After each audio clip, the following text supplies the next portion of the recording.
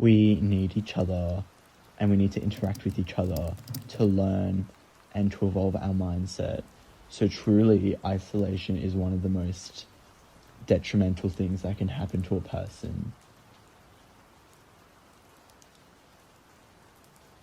1 year ago, after a car accident in Ukraine, I was transported in France for my treatment, surgery.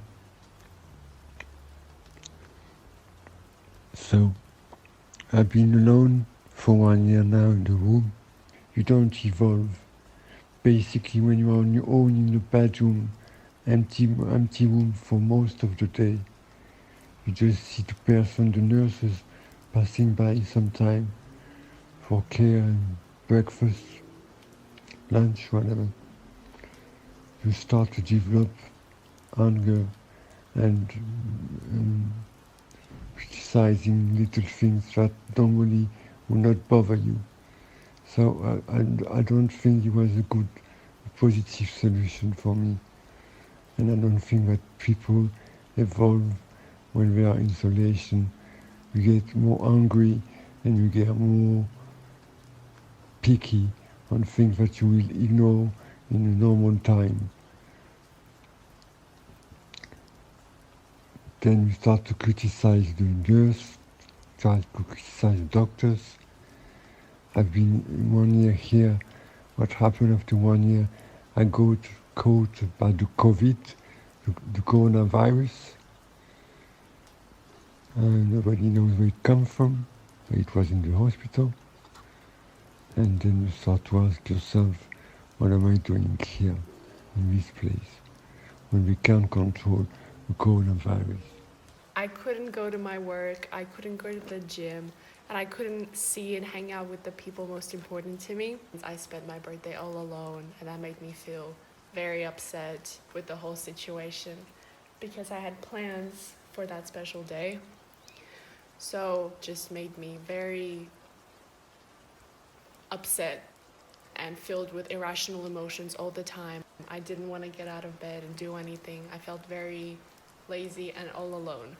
We were forced to sit with our own thoughts, which for some definitely would have had an incredible impact. And it allowed many to have breakthroughs and use this time to better themselves and learn to start taking accountability for their lives.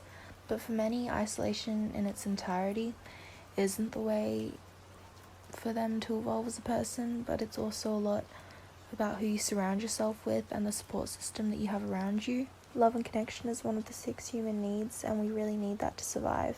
But we also need growth, which is sometimes best done in isolation.